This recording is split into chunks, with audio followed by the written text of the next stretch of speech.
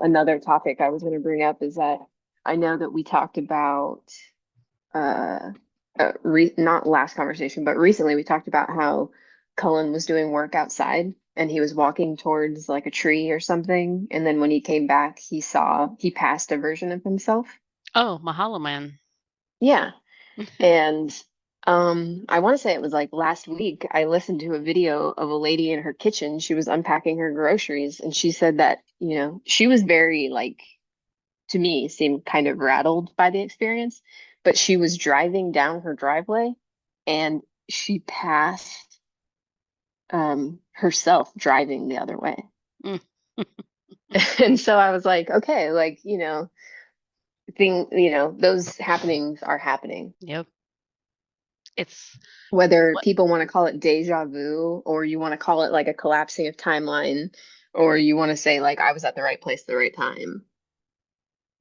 yeah, all same aspect in my mind, or at least from my awareness. It's you're crossing through your own timeline in a different timeline coming back at you. You're crossing the veil at Yes, that and that's another, particular yeah, moment. that's and when I was explaining to you, like in my periphery, it seems like I'm walking beside other parts of myself. Is that like not to be morbid, but like that's where, people in a deeper meaning understand that like death is an illusion, Mm, number one, but also that like we're experiencing a lifting of veils. This is how we gather information from beyond the veil.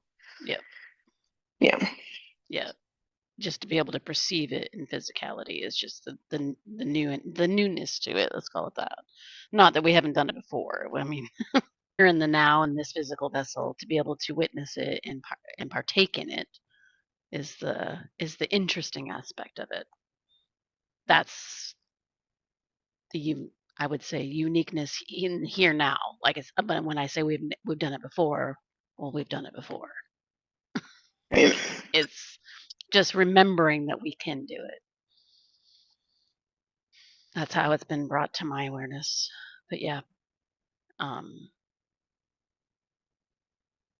I mean, deja vu moments.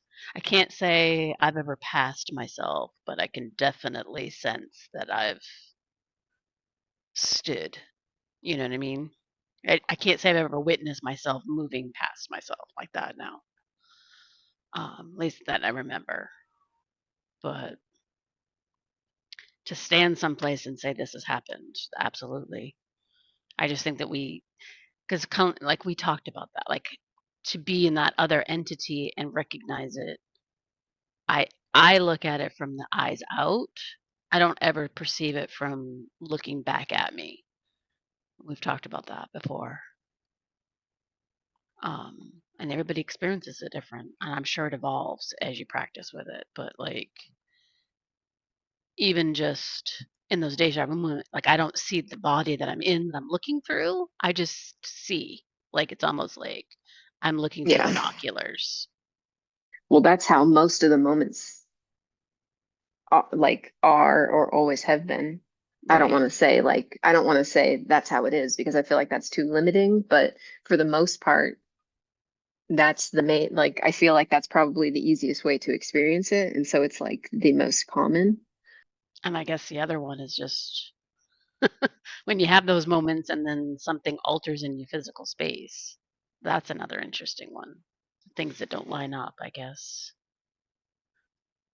You know, I guess, I mean, the ones that you always hear Do you of. have like an example? Oh, okay. Yeah, guess the biggest one that I think most people experience, or at least what I've experienced, is like something's there. You put something there, but it's not there. Oh, Like I you got just you. know, like where did it go? The proverbial, most people are like, oh my keys are missing. You know what I mean? Because it's been moved. You know what I mean? But it's like it's not there, and you look and you look and you look, and then you go back, and then it's there. Like what? Because you just literally were right there. That's the only one I can when I say your physical space has been altered. That's what I mean. It's like you just True. I really hadn't taken that into account. However, for a while now, and this doesn't really like, it's only happened to me like once or twice, but I kind of like s- started feeling that it was true, that houses eat things. Yeah. Yeah. Um, like right now, I I have a 5 gallon bucket. Okay. I know this seems so insignificant, but like I bought this for a specific purpose and I have a black gallon, 5 gallon bucket and it has a bright, like caution yellow top, right? Bright yellow top.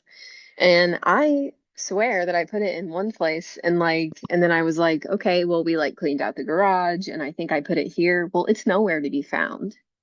And so instead of like, you know, racking my brain to energetically track it down, I was just like remembered that like houses eat things. It still hasn't resurfaced. I'll let you know when it does, but but Oh, you bought it for a reason. You stuck it someplace. Do you yeah, remember what was no. inside of it? Like, what did you put in it? Well, I mean, the black gallon bucket I have, but the lid I don't. Oh, the lid. You're looking at the lid. Yeah, Yes. the bright yellow lid. Gotcha. Of course, like I bought it for a specific purpose and I want it back. Um, but you know, like there is something about that like makes sense because we've talked about this as well, that when people come back and they say like, oh, like I dreamt that I was in this house and like or my house and there was all these things. Like we've talked about how different parts of the house represent different parts of like your chakras and those portals and the Yep. things, the wounds that you hold on to that you need to like move through and release. And so it's like there is some correlation there of, something just merely collapsed, which might seem like in the physical reality, it might seem like my yellow lid has been missing for 3 months, but it's like maybe something will clear and it will just be sitting there. You get what I mean? Yep. So like there's that, which isn't separate from what we were talking about noticing things in the physical in physicality moving on you. Yeah. Although last night we had an interesting scenario, which we still haven't figured out, is that we went out and we bought 2 pizzas and we came home and we sat down and we watched a show and I ate all of the pizza on my plate and I went back and I got 2 more pizzas and I ate those. And then at the end of the night, or a couple hours later, he went back to get some more pizza and he was just eating it and he was like, "Hey, um, when did you put this half-eaten piece back in?" And I said, "Oh no, like I ate everything that I took. Um, I didn't come back here and put anything, back in the box. I just left my plate here." And then he just like looked at me because he's not one to eat half a pizza and put it back in the box. You mean like a And he was slice? chewing on Like, it. Yeah, yeah. And he just looked at me. But I know for sure because we always open up the boxes and look at them to make sure that, what we got is correct and stuff. And there was no half-eaten pieces. and you don't think it's your power up aspect working at that time that maybe you put it back, but you don't remember?